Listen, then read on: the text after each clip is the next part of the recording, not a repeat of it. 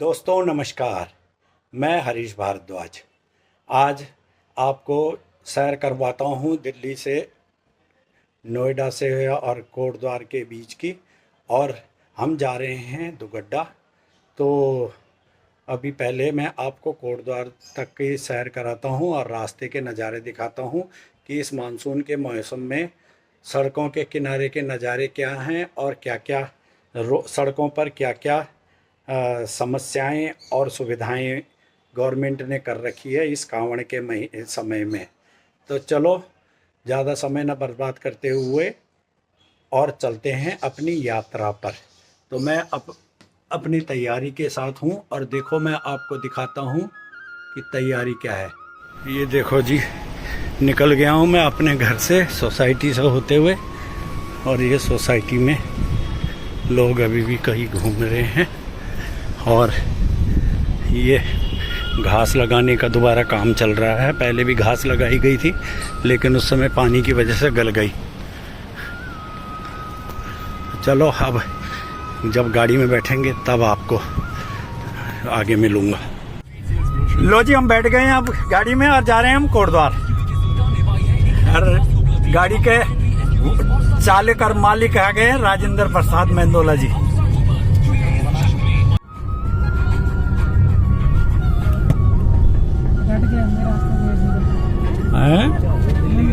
नहीं, मुझे सारे रास्ते पता है, वो बात नहीं है। मैं फिर भी आइडिया लगा के मैं वो हो जाता हूँ। मेरे को तो एक दो जगह पे कंफ्यूजन होता है बस। आगे मेरठ के पास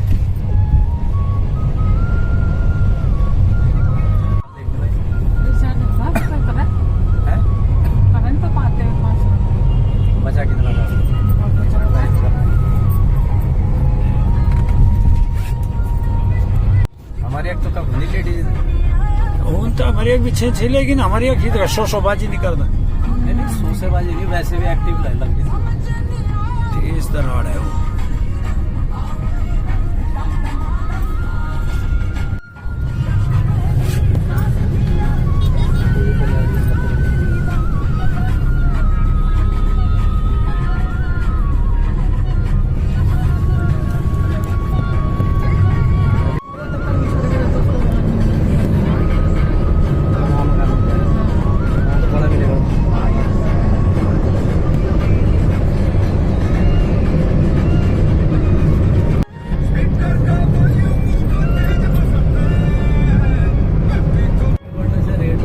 मेरठ एक्सप्रेस। और अभी तो एक और चीज हो रही है बल, मेरठ एक्सप्रेस वे, वो जो ये RRTS बनी है ना रेलवे मेट्रो की, उसके दोनों साइड में अब नई सिटी बसेगी, न्यू वो गाजियाबाद।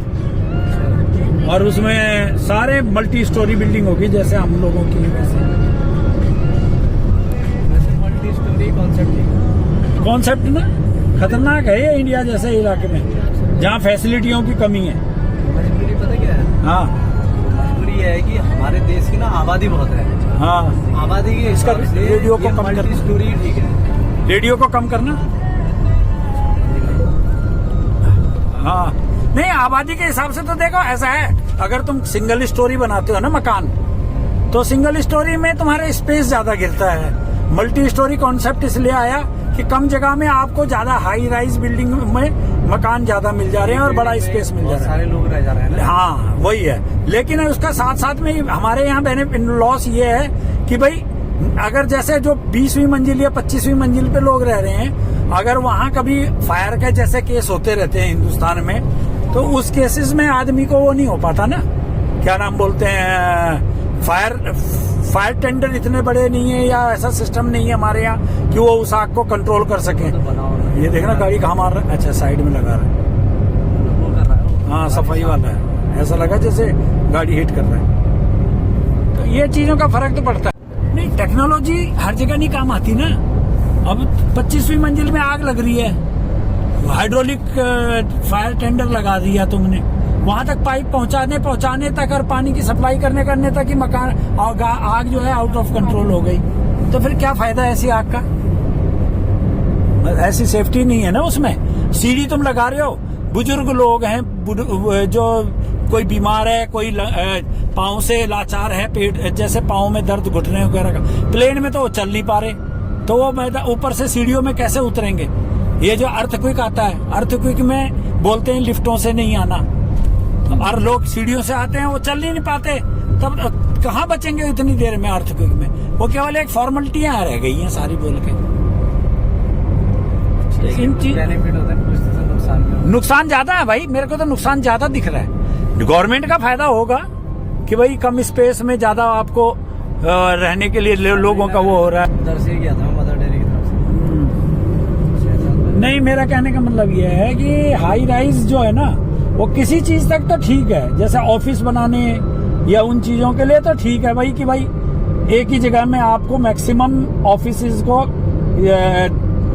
सर्विस प्रोवाइडिंग हो रही है वो करके। लेकिन जो रेजिडेंस वाले हैं उसमें आदमी ज्यादातर मैक्सिमम टाइम अपने घर में रहता है। उस टाइम में अगर कुछ हो जाता है, रात में कुछ हो जाता है, तो कैसे आदमी वो करेगा।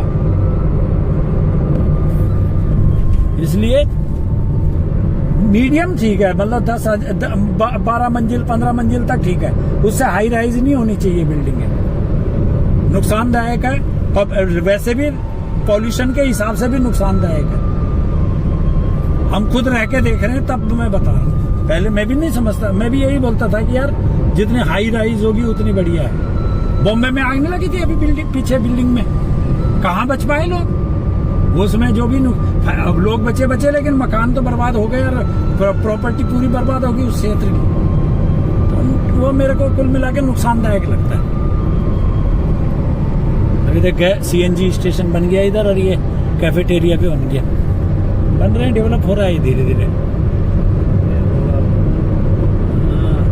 कई होटल आएंगे इस लाइन पे, ट्रेन भी उधर से आएंगे, नहीं कई होटल भी आएंगे। ट्रेन चलनी शुरू होगी, ट्रेन नहीं हुई अभी शुरू, हाँ यहाँ तक हो गई है, बीच में। ट्रेन चलने से ये एरिया पूरा डेवलप हो जाएगा। इस एरिया में ट्रेन है का? वो तो उधर है, वो अलग है। वो ये इसी बीच में तो आ रहा नहीं होगा गाजियाबाद। ये जो ये एरिया है, जो ये खेत जो दिखाई दे रहे हैं, ये इन्हीं खेतों के इधर तो आ रहा है न्यू गाजियाबाद एरिया जो डेवलप हो रहा है।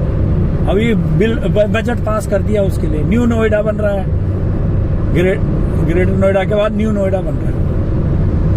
से मैक्सिमम अब जमीन सारी बर्बाद हो जाएगी, खाने के लोगों के पास खाने के लिए क्या रहेगा समझ नहीं आता। जब सब चीजों में हर जगह तुम बिल्डिंग बना रहे हो, बिजनेस इतने है नहीं कि जो कि जैसे और देशों में बिजनेस पे ही चल रहा है या टूरिज्म पे ही चल रहा है। उत्तराखंड टूरिज्म के बेस पे बना था, तो वो टूरिज्म क्या बन रहा, बर्बाद होता रहा है। सारा स्लाइडिंग हो रही है, ये बर्बादी हो रही है, गंदगी फैल रही है, धर्म परिवर्तन हो रहे हैं, ये सब टूरिज्म के बेस पे ही तो हो रहे हैं। इससे कल्चर खराब हो रहा है अलग, और जो भौगोलिक स्थितियां हैं वो चेंज हो रही हैं। देवभूमि बोलते हैं, देवभूमि कहाँ रह गई जब वहाँ मारकाट हर चीज हो रही है।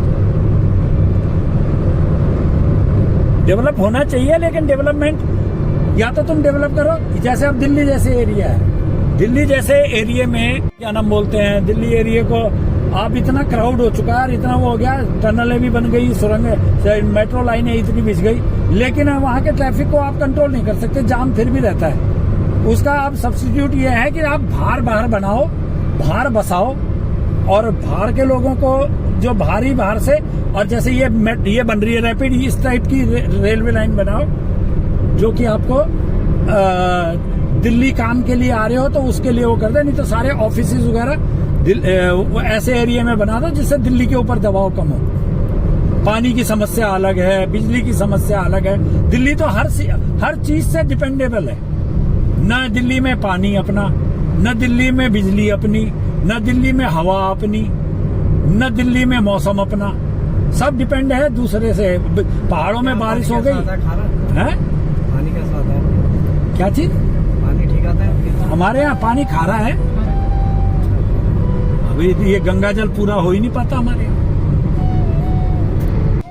बाल सफेद तो नहीं, उसके लिए तो उन्होंने वो डाल रखे केमिकल वगैरह डाल के उसको करते हैं प्यूरिफाई, लेकिन खारापन तो खत्म नहीं हो पाता ना, मीठापन नहीं है। मतलब मुंह में डालोगे तो तुम्हारा मुंह का स्वाद एकदम नमकीन हो जाएगा। आरोग्य सही हो जाता है पानी? नहीं, हम नहीं मंगाते। हम आरओ का इसे आरओ से ही पी लेते हैं। आरओ का ठीक तो है हमारा भी। हाँ, पर नहीं है और का तो खाना नहीं, हमारे यहाँ पता क्या है, हमारे यहाँ प्लांट जो लगा रखा है, एक नीचे आरओ अलग से प्लांट लगा रखा है, वो केवल किचन के लिए है। बाकी जो वैसे प्यूरिफाई करते हैं उसको, पानी को, बोरिंग वाले को, वो बाथरूम में और उसमें है। और जो ये बाथरूम से जो यूज्ड वाटर है ना, उसको प्यूरिफाई करने के लिए अलग प्लांट लगा रखा है। वो आपके सीवर सिस्टम के लिए जो है, टॉयलेट वगैरह के लिए दे रखा है। ऐसा सिस्टम बना रखा है। जैसे नेहा और के यहाँ तो साफ और ठीक पानी आता है। या ये बनाएंगे नहीं, क्या नाम बोलते हैं, झीलें। पहले पुराने जमाने में राजस्थान जैसे एरिया में जहाँ की पानी की इतनी दिक्कत रहती थी, वहां भी वो क्या बोलते हैं उनको, जो तालाब टाइप बना रखे होते हैं, जिनमें वो नहाने के लिए भी जाते थे, रानियां वगैरह। कुंड बनाए रहते हाँ, तो वो उस टाइप के क्यों बनाते थे कि बरसात का पानी उनमें इकट्ठा हो जाता था। यहाँ है आज के टाइम में एडवांस टेक्नोलॉजी जरूर आ गई, लेकिन कई चीजों में पुरानी रीतियां ही काम करेंगी। तुम ये जैसा एरिया है, तुम अपने गांव में एक बड़ा तालाब टाइप बना दो और उसमें पानी, बरसात का पानी इकट्ठा कर दो, और वो उसको पानी को इस सिस्टम से कर दो कि वो जमीन में भी जाता रहे और वैसे भी होता रहे। मजाल है, तुम्हारे पानी की दिक्कत हो जाएगी। अभी एक दिन डॉक्टर, वो साइंटिफिक वो रिपोर्ट आ रही थी, वर्ल्ड बैंक का क्या बोल रहा हूँ, ये एग्रीकल्चर वगैरह, ये जो जियोलॉजिकल वाले हैं, इनकी किसी की रिपोर्ट थी, तो उसमें बोल रहा था इंडिया का जो भूजल गर्भीय जो वो है, वो कितने किलोमीटर नीचे तक चला गया पानी का, किलोमीटर, भौगोलिक जो पेयजल वगैरह का। तो अब खारा पानी इसीलिए तो आ रहा है। अब तुम ये जो बारिश हो रही है, इसको तुम नदियों में और उसमें झीलों वैसे फैला रहे हो, या वो गिर रहा है। सिस्टम क्या है, नालियां सारी चौक रहती हैं, कोई वैसा नाली, अरे तुम पाइप क्यों डाल रहे हो, तुम नालियां बनाओ ना सही प्रॉपर से। रोडों को चौड़ीकरण करे जा रहे हो, सड़क जो जहाँ पेड़ लगे होते थे वहां सारे इन्होंने वो बना दिए, क्या बोलते हैं उसको, सड़कें फैला दी हैं। और साइड में फूड पार्क बन गए, ये बन गए, वो बन गए।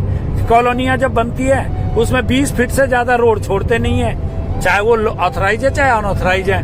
वो आगे चल के फिर वो कई जगह ही नहीं मिलती है पानी की निकासी की और उसकी, तो सारा घरों में ही तो घुसता है। अब वो पानी जो है मजबूरी में फिर वो बाहर फेंकना पड़ता है, गंदगी से बचने के लिए और बीमारियों से बचने के लिए।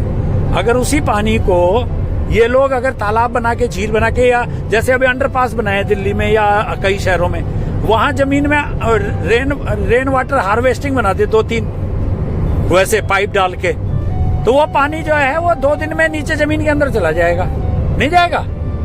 तो वो जब इतने गहरे पाइप अगर 50-60 फीट गहरे बना दो, तो ऑटोमेटिक वो करेगा, क्या नाम बोलते हैं, पानी जमीन में जाएगा तो, और कुछ निकलेगा और कुछ उसमें चला जाएगा, तो ऑटोमेटिक जमीन का लेवल भी बढ़ेगा पानी का। गर्मी इसीलिए बढ़ रही है, ये सारी एक दूसरे से जुड़े हुए हैं ना साइकिल।